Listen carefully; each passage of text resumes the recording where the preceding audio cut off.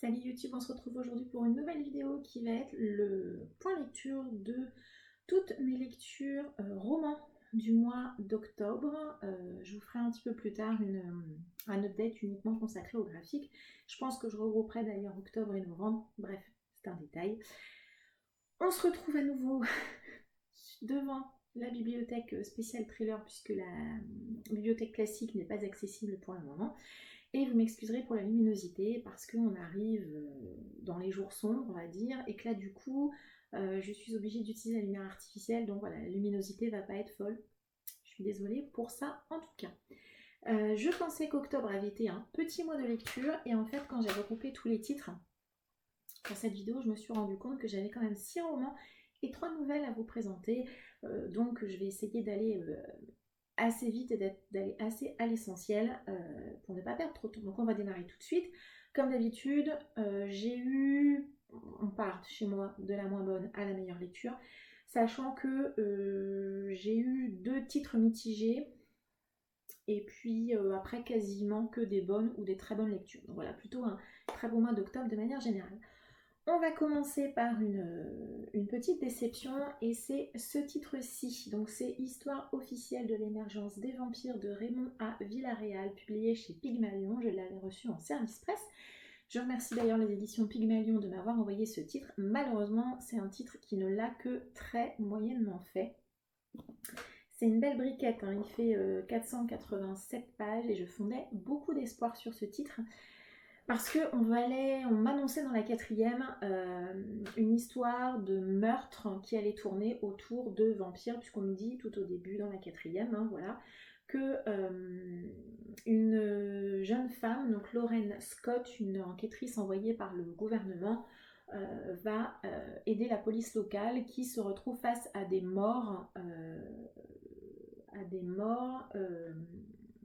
qui disparaissent de la morgue. Voilà.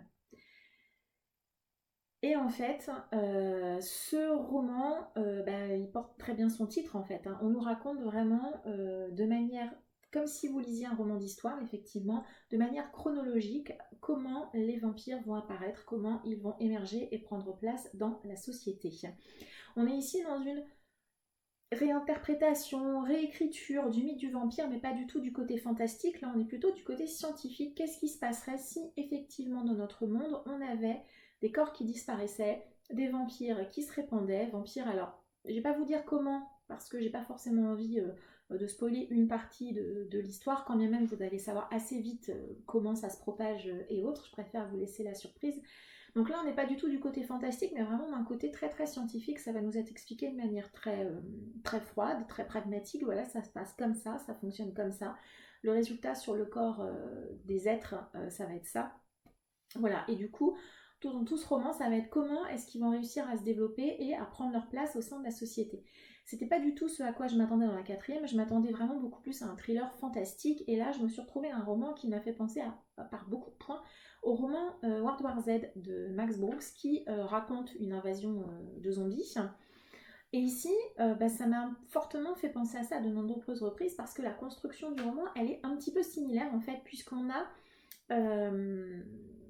des extraits de journaux, par exemple, des auditions de différents personnages. Alors, contrairement à World War Z, où là, par exemple, on a un extrait de magazine. Donc dans World War Z, vous n'allez jamais retrouver les mêmes personnages, vous allez vraiment avoir des espèces de petites nouvelles ou d'extraits qui vont vous dévoiler l'histoire au fur et à mesure. Ici, on a cette idée générale, sauf qu'on va retrouver des personnages à plusieurs reprises, que ça soit à travers les extraits de journaux, par exemple, ou parce qu'eux-mêmes vont nous raconter quelque chose. On a des extraits de discours, on a tout un tas de choses. Et c'est comme ça que l'histoire va s'étaler et va prendre place. C'est en ça que ça m'a fait penser à World War Z. Sinon, pour le reste, c'est pas du tout la même histoire, hein. On a également beaucoup de personnages. J'avoue qu'à un moment, j'avais un peu de mal à me rappeler qui était qui, un petit peu les confondre par moment. Bon, finalement, ça va.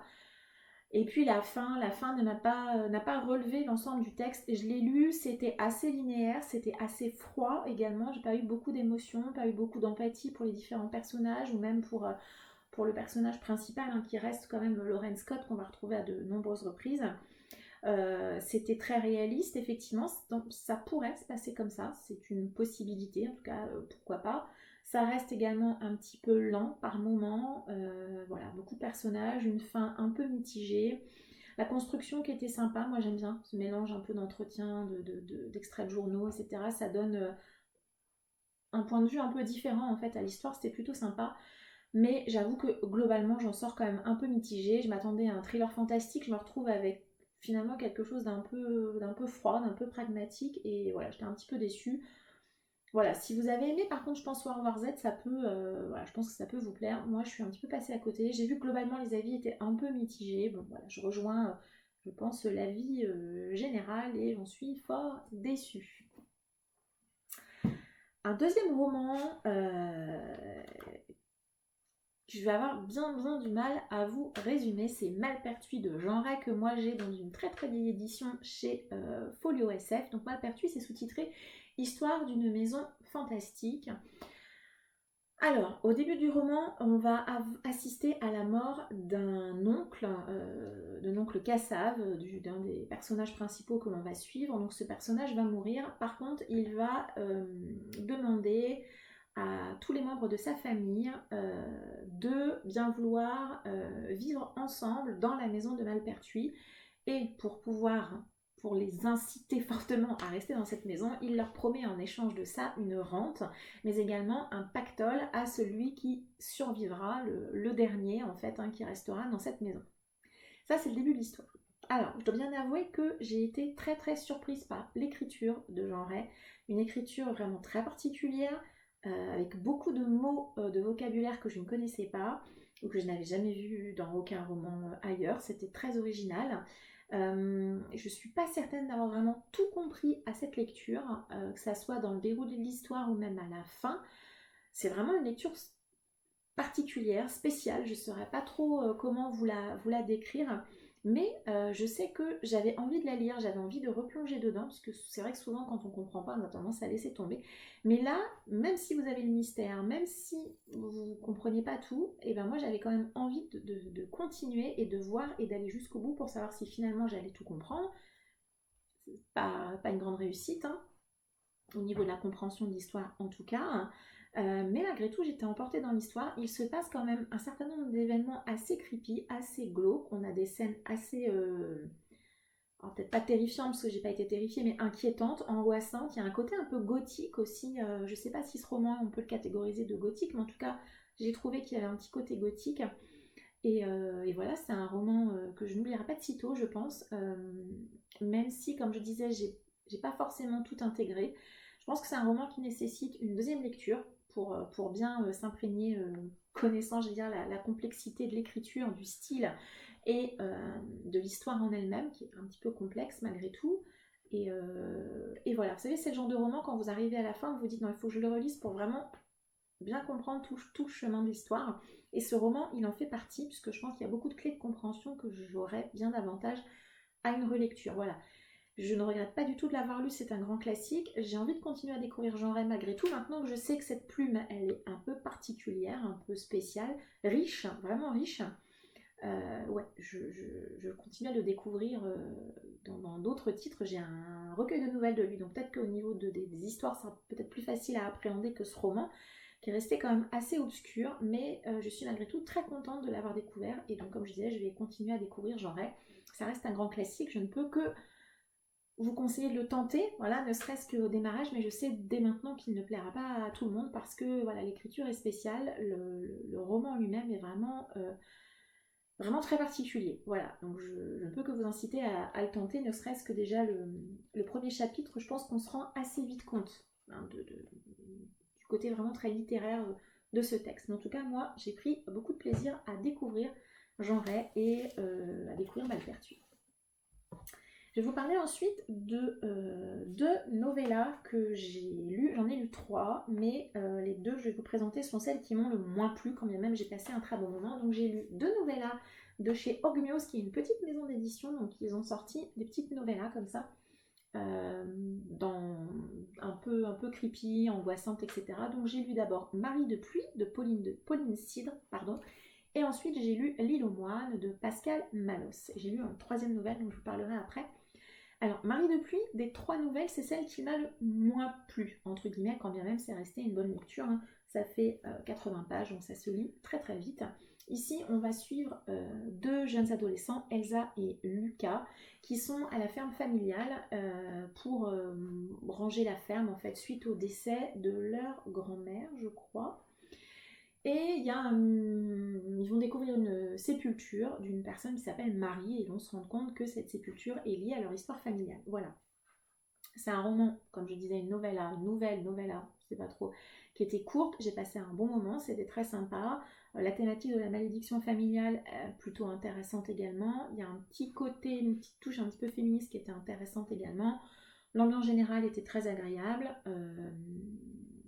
L'écriture rythmée, on rentre dedans très très vite. Alors c'est vrai que sur une nouvelle, c'est quand même important d'accrocher très très vite à l'histoire et aux personnages. Voilà, moi j'ai passé globalement un bon moment. Honnêtement, je suis pas certaine que je m'en rappellerai dans des années, mais ne serait-ce que pour la découverte de l'écriture de Pauline Side, c'était plutôt une bonne surprise. Puis les nouvelles, ça se lit toujours très bien, c'est facile à caser entre deux romans. Donc l'autre nouvelle dont je voulais vous parler, c'est L'île aux moines, donc de Pascal Malos, que j'ai pris un tout petit peu cran au-dessus. Donc ici, on va avoir deux meurtres qui vont être commis au sein de l'abbaye de Lérins. Et on missionne l'inspecteur Logier, qui est une star du 36 quai des Orfèvres, pour venir mener l'enquête. J'ai beaucoup aimé cette nouvelle, vraiment, vraiment beaucoup plus déjà que Marie de Pluie. J'ai trouvé le rythme intéressant, j'ai détesté le personnage principal, mais je pense que c'était voulu. Le personnage principal, il est absolument infect. Je ne vous dirai pas pourquoi, mais il est absolument, j'allais dire un gros mot, c'est un sale type, hein, clairement. En plus, on va être dans la tête de ce personnage pendant tout le long de l'histoire, donc on mesure vraiment toute la bassesse de ce personnage. J'ai beaucoup aimé la chute dans les nouvelles, ça aussi c'est plutôt important. À nouveau, j'ai passé un très bon moment, une ambiance creepy, glauque, de huis clos à l'intérieur de cette abbaye, avec la présence de la religion. Voilà, j'en dirai pas beaucoup plus. À nouveau, c'était une très bonne lecture. Si vous aimez les novellas un peu creepy, un peu glauque, avec un personnage détestable, ce titre est fait pour vous. En tout cas, moi, je garde un très bon souvenir également de cette nouvelle. On va passer à de la fantaisie, et pas des moindres, une sortie que j'attendais avec beaucoup d'impatience, et là, je vais clairement galérer pour vous faire le résumé de ce titre. C'est le tome 1 de la trilogie de Licanus de James Islington, et c'est édité chez Léa Éditions. Je l'ai reçu en service presse et je les en remercie beaucoup. C'est une magnifique briquette de plus de 600 pages. Alors, on est ici dans de la fantaisie adulte. Au début de l'histoire, on va suivre un jeune homme qui s'appelle Davian. Davian, il est dans une école qui est chargée de former les talentés. Les talentés, qu'est-ce que c'est? Ce sont des jeunes adolescents à qui on a découvert des pouvoirs, sauf que dans ce monde, peut-être des décennies ou des siècles auparavant, les personnes avec les pouvoirs dirigeaient ce monde, et en fait clairement ils ont pété les plombs, ils se sont mis à se prendre pour des dieux, et heureusement les êtres humains normaux, on va dire, ont finalement réussi à les abattre, et il y a des lois qui les régissent maintenant, et ils sont soumis à des règles, ces talentés, et notamment une de ces règles est qu'ils doivent être dans cette école, être formés, et ils ont un certain nombre de règles, un petit peu comme les lois de la robotique si vous voulez, qui les empêchent ou les obligent de faire certaines choses, ou de ne pas faire d'autres choses, comme par exemple attaquer les humains normaux, etc. Donc on va suivre principalement ce jeune homme qui est dans cette école et qui doit apprendre à maîtriser ses pouvoirs de talenté. Par contre, tout au début de l'histoire, il va être obligé de passer des épreuves, puisque régulièrement, enfin, au bout d'un certain nombre de temps, vous devez passer des épreuves, une espèce d'examen, et il est très très inquiet à l'idée de passer ces épreuves, puisque Davian a quelques particularités. Voilà. Je vais m'arrêter là au niveau du résumé. Alors, le résumé que je viens de faire, il est un petit peu bancal, parce qu'il y a des choses que je ne voulais pas vous dire. Voilà, vous savez qu'au niveau des résumés, je n'aime pas trop en dire, je préfère souvent vous laisser la surprise. Comme je vous le disais, on est dans de la fantaisie adulte. Fantaisie qui, au démarrage, m'a paru très très old school. C'est-à-dire vraiment, j'avais l'impression de lire de la fantaisie des années 90, un jeune garçon dans une école, et on parle un peu de prophétie, il y a des pouvoirs magiques, je me dis bon, ça se lisait très très bien, au niveau de l'écriture c'est extrêmement fluide, extrêmement facile d'accès, Et puis tout au long de l'histoire, voilà, de cette fantaisie finalement qui m'apparaissait hyper classique, l'auteur finalement tire son épingle du jeu et arrive vraiment à nous développer une fantaisie que j'ai trouvée plutôt originale, également plutôt très dense, très moderne également. Vraiment, on a beaucoup de choses très modernes qu'on n'a pas vues et qu'on n'aurait pas vues dans des fantaisies des années 90. C'est une histoire dans laquelle il y a beaucoup de rebondissements, une fantaisie de qualité, il y a beaucoup de rebondissements, beaucoup d'événements, beaucoup de contextualisation, beaucoup d'explications au niveau du pouvoir, au niveau de l'univers, peut-être un petit peu trop, parce que j'avoue que par moment, surtout qu'on est sur, comme je disais, 600 pages, c'est important de mesurer la taille du roman. Il y avait beaucoup d'informations à intégrer dans mon petit cerveau, et même si sur le coup je pense avoir compris et intégré l'idée générale, je ne suis pas certaine d'avoir vraiment complètement tout compris, tout intégré, et je pense que c'est le genre de roman qui va nécessiter une deuxième lecture pour pouvoir lire sereinement le tome 2. Tome 2 qui est prévu pour paraître au printemps 2022, donc j'ai le temps de le relire avant, mais je pense que c'est indispensable. C'est un univers qui est vraiment très riche, qui est parfois même un petit peu complexe par moments, loin d'être désagréable. En plus, comme je disais, ce qui est très étonnant, c'est qu'on a cette complexité de l'univers, mais également c'est facile à lire. Vraiment, c'est facile à lire. C'est pas désagréable à lire du tout. Vous n'êtes pas perdu dans les explications de l'auteur, mais vous lisez un chapitre à la fin, vous vous dites oula, attends, ça veut dire ça veut dire ça. Bon, c'est un peu complexe à appréhender par moment, vraiment. On a également donc beaucoup de rebondissements, beaucoup d'espèces de mini twists ou de choses qui, pour certains auteurs, je pense, auraient fait une fin de tome. Lui, non, lui, il fait une fin de partie et après, il part sur autre chose. La fin du tome, elle est hyper intrigante, vraiment. Moi, j'ai très envie de découvrir le tome 2. Comme je disais, un univers riche, un univers dense, en termes de complexité de l'univers. Après, au niveau des personnages, on va suivre principalement 3 personnages principaux. J'ai eu une préférence pour le personnage féminin, dont je ne vais pas retrouver le prénom. Je vais pas chercher. Hein. On va suivre donc principalement Daviane et Vir, qui sont liés à l'école, et également un 3e personnage qui est un personnage féminin, Asha. Voilà, c'est Asha que j'aime beaucoup. Ouais, il y a également un petit côté dark fantasy, il y a quelques scènes un petit peu creepy, on va dire, moi qui m'ont pas dérangé. Donc ces 3 personnages principaux, ils vont surmonter beaucoup de difficultés. Moi, je les ai trouvés très attachants. Ils ont également, ce qui est intéressant, c'est qu'on n'a pas donc Daviane, le personnage principal, qui va être un peu héros de la prophétie, etc. Pas du tout. Hein. L'auteur, il va également nous travailler les autres personnages, donc Vir et Asha, mais également d'autres personnages secondaires qui également ne vont pas être tout blanc ou tout noir, ils vont avoir un côté gris, ils vont aussi avoir un côté hyper ambigu.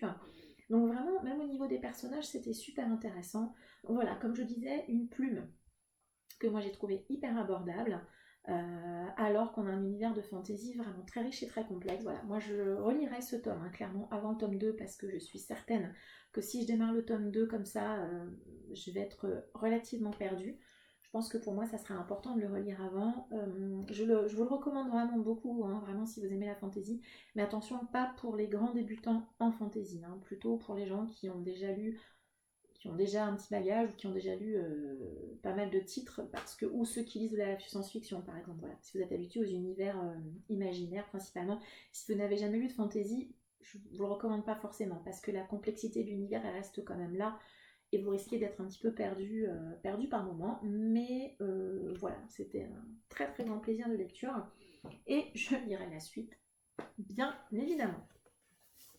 Tant qu'on est dans les univers riches et complexes, nous allons parler du tome 2 des Maîtres Enlumineurs, le retour hiérophante de Robert Jackson Bennett, qu'Albin Michel Imaginaire m'avait envoyé. Je les en remercie également. Donc ce tome 2, suite directe, oui, suite du tome 1, il se déroule donc 3 ans après les événements du tome 1.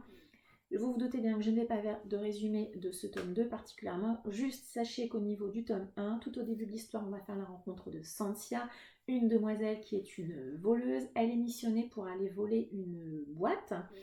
Ce qu'elle va faire, elle va aller récupérer cette boîte, mais comme elle est très curieuse, elle va ouvrir cette boîte, et ce qu'elle va trouver à l'intérieur de cette boîte va bouleverser sa vie, mais pas que, mais également l'univers entier des Maîtres Enlumineurs.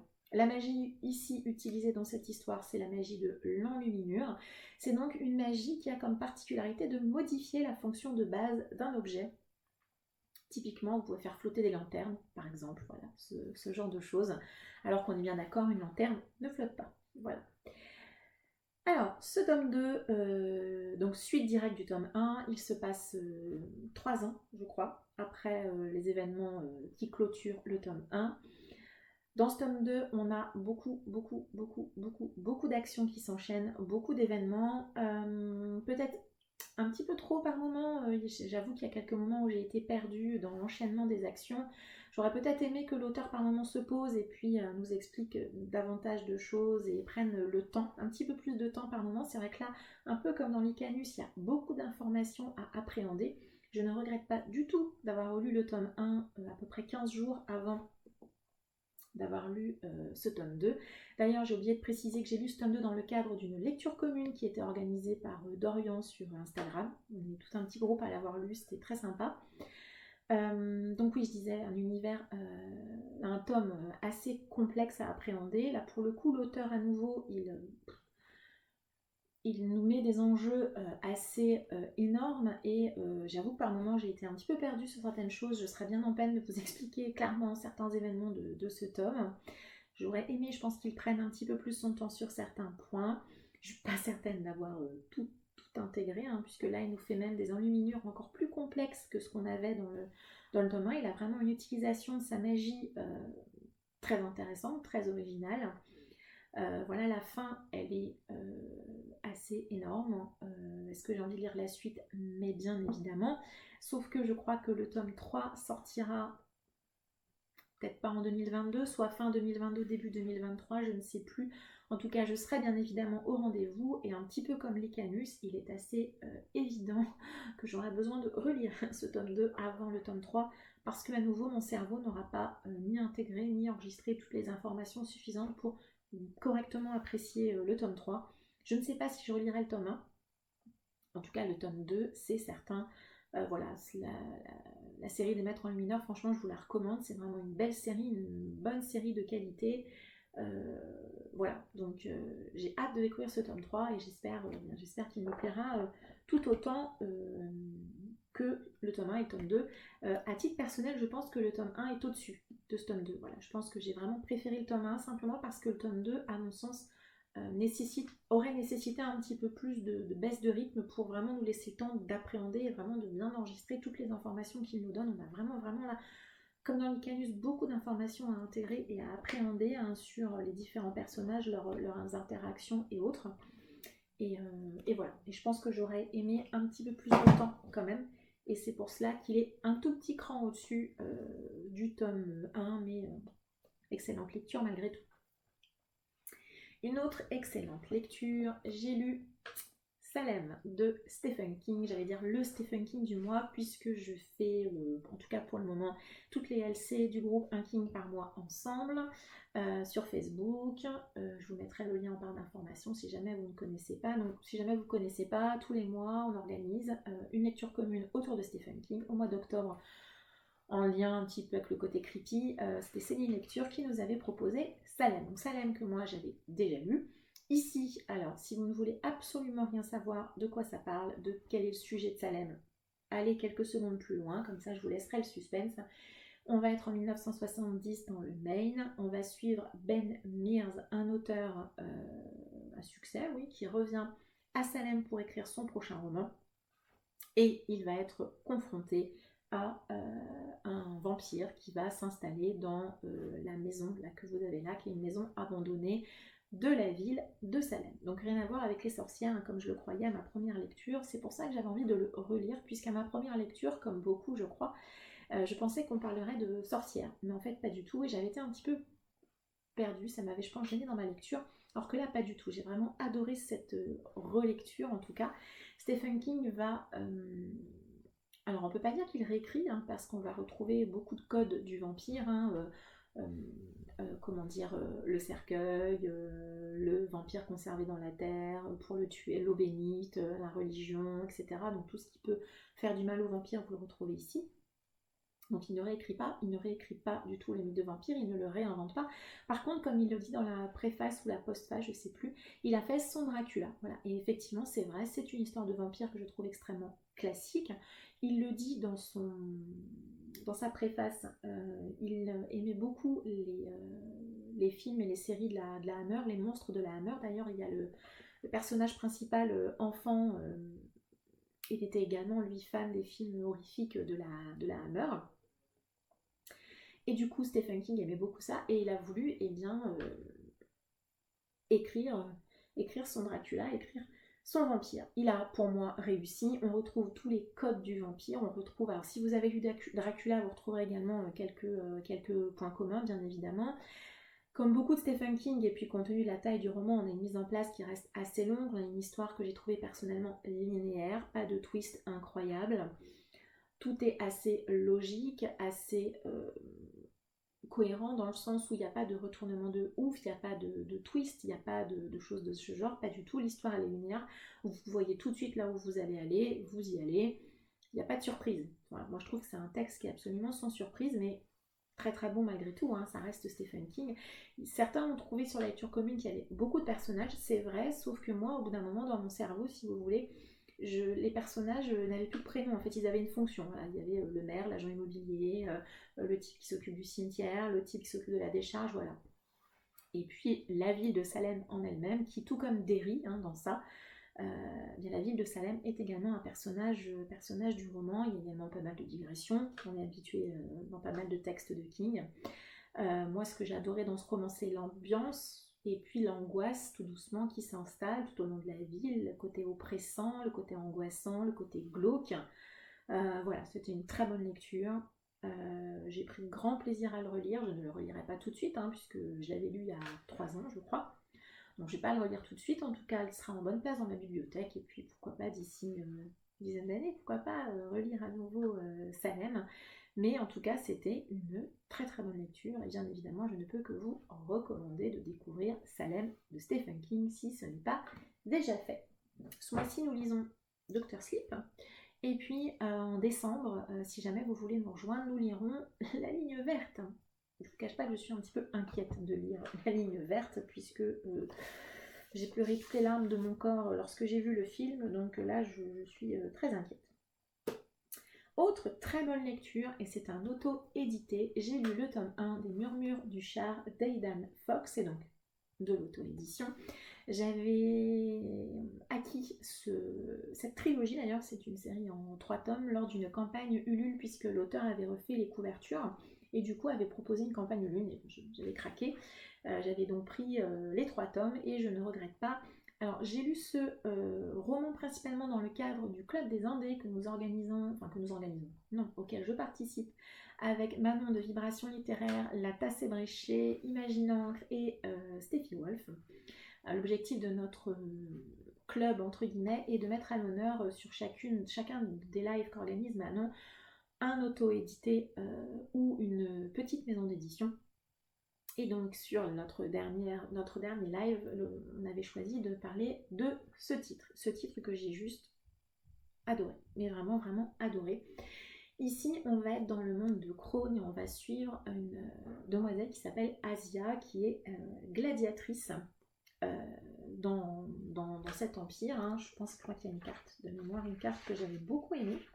Hop, voilà. Tac. Donc on va suivre Asia, qui est dans ce monde-là, le monde de Crone.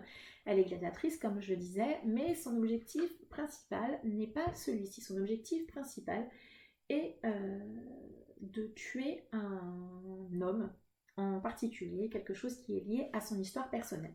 Donc ici, on va être dans de la fantaisie, avec un petit côté sombre, un petit côté dark, que j'ai beaucoup aimé, et qui va arriver tout au long de l'histoire. Au démarrage de l'histoire, vous ne l'avez pas forcément dans la première partie, d'ailleurs, le roman est découpé un peu en 3 parties. Une première partie qui va être vraiment la présentation d'Asia, l'univers des gladiateurs, l'univers de Crone, donc de cet univers, de ce monde. La deuxième partie du roman, c'est l'histoire de l'héroïne, et ça j'ai beaucoup aimé, j'ai dit dans le live, puisque vous savez, on a beaucoup de romans où on nous dit, vous allez voir, l'héroïne ou le héros, il a une histoire sombre, il a beaucoup souffert, vous allez voir, et puis vous attendez très très longtemps avant de savoir ce qui s'est passé, et là pas du tout, hein. L'auteur il nous plante le décor tout de suite, il fait donc la deuxième partie de ce roman. Vous allez avoir toute l'histoire d'Asia, du début à la fin, et ensuite une troisième partie qui, je pense, amorce le tome 2 et la suite, où là, on va voir l'apparition de la magie, l'apparition du côté sombre, et puis également de quelques enjeux supplémentaires en plus de l'histoire d'Asia, son objectif personnel à elle. Donc une construction qui m'a beaucoup plu. Comme je disais, j'ai beaucoup aimé le fait de ne pas attendre, voilà, pour nous expliquer l'histoire et l'enfance d'Asia, qui est effectivement assez terrible. Moi j'ai beaucoup aimé ce roman, franchement c'est un roman hyper addictif, ça se lit très très vite, je ne l'ai pas lu, je l'ai dévoré, j'ai adoré l'ambiance. Alors déjà l'ambiance des gladiateurs au démarrage, il faut savoir que j'adore ça, le côté combat et tout ça, c'est vraiment quelque chose que j'adore, donc j'ai adoré, les 3 parties m'ont beaucoup plu. Le personnage d'Asia en lui-même m'a beaucoup plu, le rythme proposé par l'auteur, il y a quelques, alors, on peut pas dire retournements, mais quelques événements que j'ai pas vu venir, qui étaient également très très cool. Euh, L'héroïne est assez attachante, il y a un personnage secondaire qui également m'a beaucoup plu, l'auteur perd pas de temps, mais il prend quand même, enfin il perd pas de temps, mais il prend quand même le temps de nous expliquer l'univers. Seul bémol à mon goût, j'avais un petit peu de mal, notamment au début, à visualiser un petit peu l'univers. Il y a un événement qui est dit dans la 4e, et je pense que si c'était pas dit dans la 4e, je pense que je ne l'aurais pas compris, en fait. Juste tout petit bémol sur ce point-là, sinon pour le reste, c'était très chouette, très cool, ça se lit très bien. C'est de l'auto-édition, honnêtement, je n'ai pas vu de faute, je précise. Pour chacune des parties, on a une illustration en tête de chapitre, je crois qu'elles sont faites également par l'auteur. Voilà, moi j'ai passé un très très bon moment, je lirai la suite, je pense, courant décembre, les 2 tomes de cette trilogie, et j'ai d'ores et déjà participé à l'autre Ulule qu'avait lancé l'auteur il y a peu, pour une autre de ces trilogies qui s'intitule La fille de l'eau, je crois. Voilà, donc vraiment j'ai beaucoup aimé ce qu'il a proposé, et voilà, moi je ne peux que vous recommander de découvrir cet auteur. Ce titre-là, en tout cas que moi j'ai lu, que je vous recommande vraiment, avec lequel j'ai passé un très très très très très bon moment, parce que je lirai la suite, et puis voilà. Et donc, peut-être la meilleure lecture de ce mois-ci, quand bien même là j'ai eu que des très bonnes lectures, vraiment très très cool. C'était difficile d'ailleurs d'en choisir une au-dessus des autres. Mais j'ai choisi celle-ci parce qu'elle est un petit peu particulière. Donc c'est La Sentinelle de Jean-Pierre Favard, donc toujours chez Ogmios, dans cette petite collection qui s'intitule Lueur Obscure, collection de novellas. Alors juste mention spéciale, hein, parce que là cette destruction est due à mon lapin. J'ai eu le malheur de laisser le titre traîner sur ma table basse, et je pense que si Ogmios veulent se lancer dans les nourritures pour lapins, ils ont ici un bon point de départ. La Sentinelle, c'est quoi? La Sentinelle, c'est donc un homme qui s'appelle Francis, qui vit avec sa famille dans un quartier aux États-Unis. Au bout de la rue dans laquelle il vit, il y a une maison délabrée et complètement abandonnée. Et un jour, il va rencontrer un vieil homme qui va lui parler de cette maison, et Francis va se retrouver complètement fasciné et même happé par cette maison abandonnée. Et voilà, j'allais dire autre chose, mais je vais m'arrêter là parce que ça reste un texte assez court qui fait 78 pages, même pas 76 pages, donc on est sur un texte vraiment très court. Un texte que vraiment j'ai adoré l'écriture, je l'ai lu d'une traite, on a un rythme qui va crescendo, qui est très bien mené, c'est très inquiétant, très angoissant. Qu'est-ce que c'est que cette maison? Pourquoi est-ce qu'il est complètement fasciné par cette maison? Le vrai sujet de la novella, vous n'allez le découvrir finalement que très tard, hein, et ça, j'ai trouvé ça très réussi, vraiment, j'ai été très surprise, et quand j'ai vu le sujet arriver, je me suis dit, non, c'est pas vrai. La couverture, le titre, rien ne laisse penser à ce sujet, ni la 4e, ni rien. C'était hyper bien fait, hyper réussi, c'était hyper intriguant, c'est super réussi. J'ai mis les autres titres de l'auteur dans ma wishlist. J'ai adoré sa manière de faire. Vraiment, je peux que vous recommander d'aller découvrir ce tout petit titre. C'est un tout petit roman, toute petite nouvelle. Hein, il coûte 8 €. Alors oui, certes, 8 € pour 80 pages, c'est peut-être un peu cher, mais franchement, ce texte en vaut grandement le coup. En tout cas, moi, j'ai été hyper surprise. Et ça m'a beaucoup plu. Voilà, je dirais rien de plus. Je pense que vous avez compris que j'ai adoré ce titre. Je suis déçue que le lapin l'ait mangé. Je pense que je me le rachèterai. Clairement, je pense que je me le rachèterai pour l'avoir dans une édition un petit peu plus élégante, et puis que celui-ci finira en boîte à lire. Mais moi, je l'ai adoré. Et je ne peux que vous recommander ce petit titre. D'ailleurs, je tiens à dire, dans les 3 novellas donc, de cette petite maison d'édition, De la même manière, je n'ai pas vu de faute. Voilà, pas de faute. J'ai pas vu d'erreurs d'édition, de choses comme ça. Non, pas du tout. Vraiment, vraiment pas du tout. Le travail éditorial avait l'air là, en tout cas. Voilà. Et c'est donc avec cette toute petite nouvelle que ce point lecture se termine. Je suis contente parce que j'ai réussi à être assez concise, à ne pas prendre trop de temps. Il y avait quand même beaucoup de titres sur ce mois d'octobre. J'espère que ce point lecture vous a plu. N'hésitez pas à m'indiquer en commentaire si vous avez lu certains des livres dont j'ai parlé dans le courant de ce point lecture. Si vous êtes du même avis que le mien ou pas du tout, je serais ravie d'échanger avec vous. N'hésitez pas à me suivre également sur Instagram. Je mettrai en barre d'informations mon compte Instagram également. Je vous remercie de m'avoir suivi. Je vous souhaite une très agréable journée et je vous dis à très bientôt. Ciao!